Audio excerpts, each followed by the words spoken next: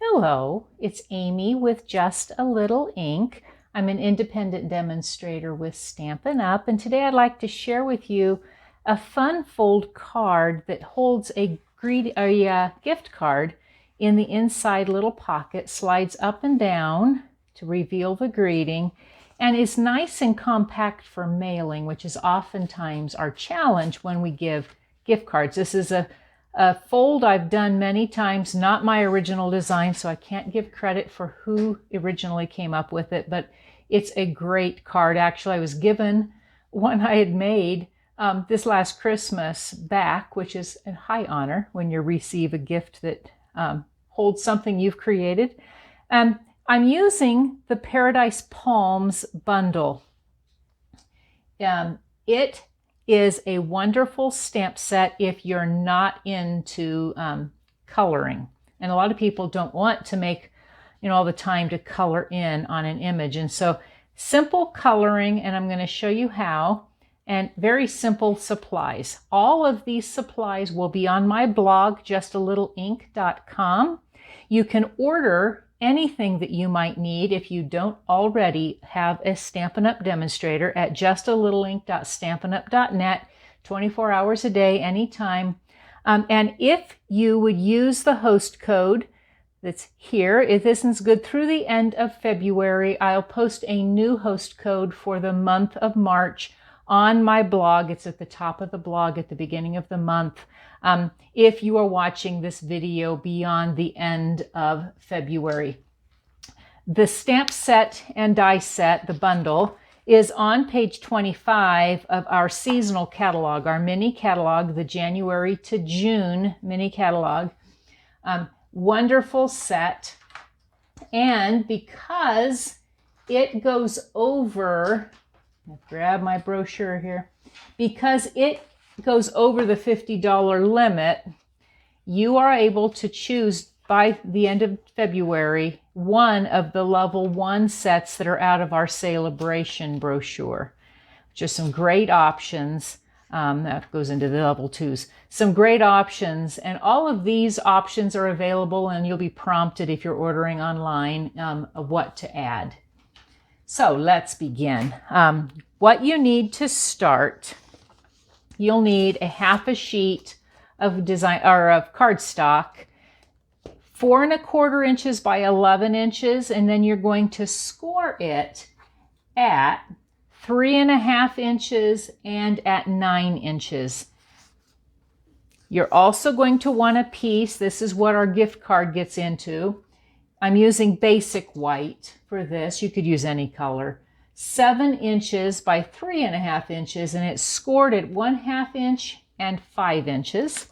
And I have a piece for our Beachy scene that is cut 2 5/8 inch by 3 3/8 inch. And then I'm layering that on a piece of Pool Party, cut 2 3/4 inch by 3 1/2 inches. You'll see that those will layer. You'll also need a piece of designer series paper. I really liked the, I have to look at my notes, the Heart and Home designer series paper.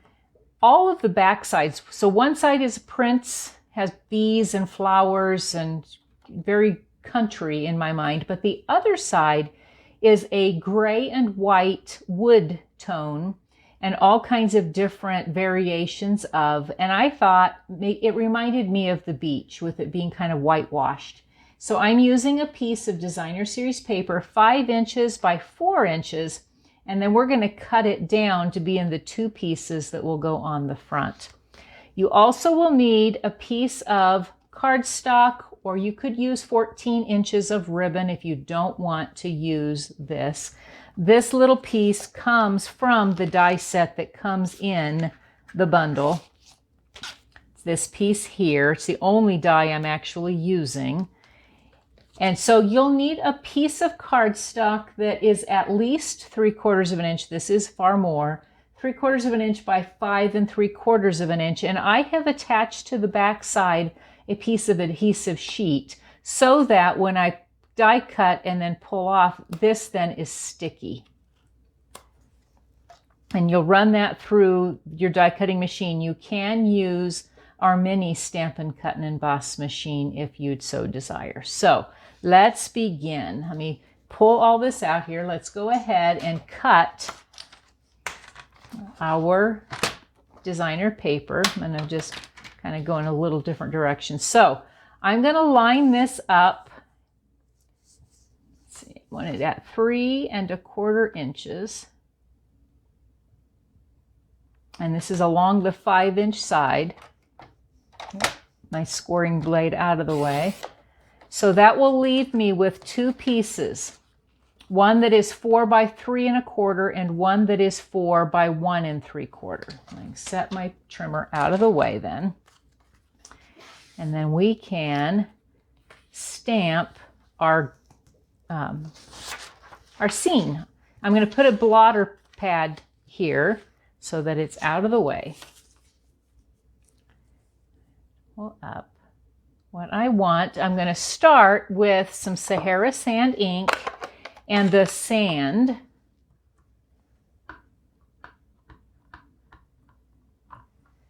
Let's come here, just going to stamp along the base. And then I'm going to stamp it one more time to get a little bit of sand over here. So then I can put this out of the way. Fold up my ink. Then before I get going on anything else, I want a little bit of a water scene. So I pulled out one of our blending brushes. They come in a set of 3. And our Pool Party ink. And I'm going to swirl my blending brush onto the stamp pad. And then I'm going to start it off here. It's just part why I'm having a blotter pad. I'm going to start it here so that it's not too dark as I come across. So I'm going to swirl. The darker I want it, the more I'm just going to come back in, do kind of the same thing. Start on the edge, come across. I found that if I did it first, I have less of a bleed of my grass when I put that down. So I am pleased with that. I got a little dark on one edge. Kind of see why you start off and move through. Then I'm going to pull out. I'm going to use the grass, and of course we will eventually need a palm branch. Let's see. I'm going to use Mossy Meadow ink. So I'm going to stamp my grass, and I'm going to come in and I just kind of follow that line of the sandbar. Come here, here, and I'm going to come up, grab just a little right there. I'll set this aside for now. We don't need the other one yet.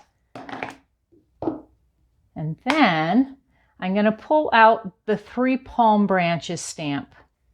And for that, I'm going to use Stampin' Write markers. So I'm using, these are both actually in our neutrals line. I'm going to pull out and use the brush tip of soft suede, and I'm going to just grab the palm down here in the trunk and drag it across. You use the side of your brush. You don't use the tip. It'll keep it nice and straight that way.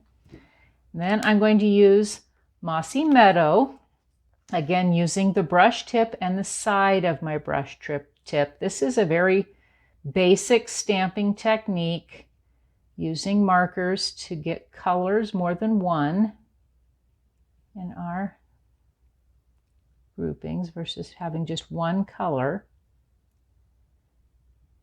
It's a great way to use lots of different colors. I'm going to breathe a little bit to re-moisten, and then I'm going to decide where do I want my trees. I think I'd like them about right here. So there they are.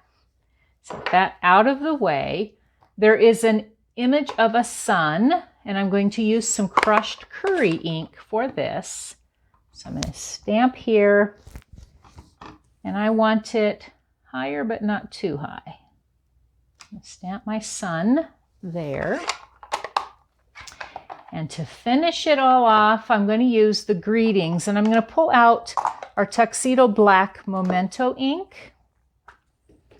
and the happy birthday greeting. Ink it up.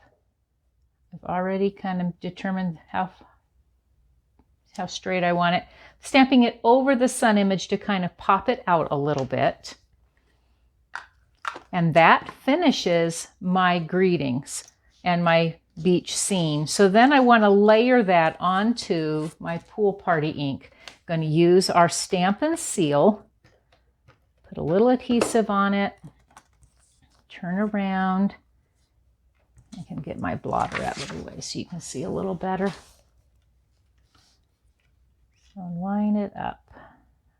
Should just be a fraction over the edge. There we go.